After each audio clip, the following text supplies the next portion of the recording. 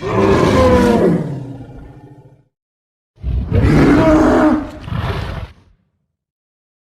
Brown from MTV is in it. Downtown. Not downtown Julie not Brown. downtown. The other Julie Brown. The goofy redhead Julie Brown. Everybody run. The homecoming queen's got a gun. Everybody run. The homecoming queen has got a gun.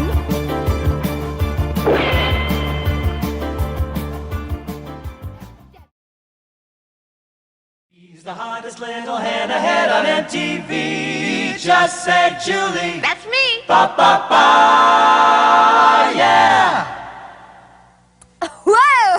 It hurts to suck your cheekbones in that long. Hello, it's How to Be a Model Day. Julie Ann Brown was born on August 31st, 1958, in Van Nuys, California. Her father, Leonard, worked in the advertising department for NBC, and her mother, Celia, was a secretary at the same studio complex. Her family was already connected to Hollywood, as both her grandfathers worked in films, and her great-grandfather was character actor Frank O'Connor. Incidentally, Frank O'Connor was married to Ayn Rand, the author of the famous book Atlas Shrugged, and Frank himself even came up with that title for her. Julie went to Catholic school as a child, and then to Van Nuys High School later. She then attended LA Valley College before enrolling in the American Conservatory Theater. Brown started her career performing stand-up in clubs in San Francisco. Upon returning to Los Angeles, she appeared on the short-lived game show Whew, going by the name of Annie Brown. She landed a small part on the sitcom Happy Days, and later on shows like Laverne and Shirley, The Jeffersons, and Newhart. In 1981, she appeared in small movie roles, like in the cult classic horror movie Bloody Birthday, Any Which Way You Can, and The Incredible Shrinking Woman. In 1984, Brown branched out into music, releasing her first 5-song album titled Goddess in Progress.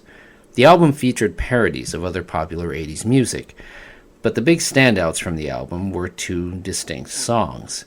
One, The Homecoming Queen's Got a Gun, which became a somewhat popular music video on MTV, and the other, Earth Girls Are Easy, which would translate into her co-writing the movie Earth Girls Are Easy, in which she also appears as the character Candy. In 1987, she released a full-length album titled Trapped in the Body of a White Girl. In 1989, she wrote and starred in a comedy show on MTV titled Just Say Julie.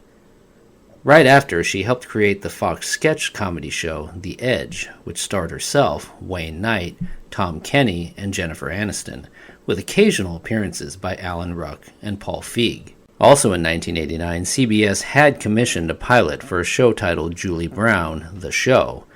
The pilot aired, but it wasn't picked up for series. In 1992, while she was still in the TV show The Edge, she released a parody of Madonna's backstage documentary Truth or Dare, titled Medusa, Dare to be Truthful. She followed this up with Attack of the 5'2" Woman, a TV film lampooning infamous figure skater Tonya Harding. Brown has also lent her voice to many animated shows like Animaniacs, Aladdin, Tiny Toon Adventures, and Batman the Animated Series. In 1995, she landed the role of Mrs. Stoger in the movie Clueless. She then went on to write and direct on the television series Clueless, which ran for 3 years, from 1996 to 1999, where she also had a recurring role as the character of Millie Dimer. In 1998, she had a small role in the parody film Plump Fiction, and in 2000, she created the series Strip Mall for Comedy Central. Since 2004, Julie Brown has been a commentator for E! Network specials. In later years, she also purchased the rights back to her Trapped album and her 1984 Goddess in Progress release. In 2008, she appeared in the Disney film Camp Rock. In 2010, she started a recurring role as Paula Norwood on the ABC sitcom The Middle, and in 2011, she released another parody album titled Smell the Glamour. She's also written for the ABC family show Melissa and Joey, and in 2022 appeared with her namesake, Downtown Julie Brown, as a guest judge on RuPaul's Drag Show. Julie Brown's career has been diverse and dynamic. While she's never really been considered an A-list celebrity, she has made her mark nonetheless. I always enjoyed her parody songs, her appearances on The Edge, and Just Say Julie, and while the first thing people think about when you say the name Julie Brown is probably the British MTV host, the other Julie Brown, the goofy redhead as she's been referred to, is always the one that I remember fondly. Just remember, the homecoming queen's got a gun, and she's definitely a redhead.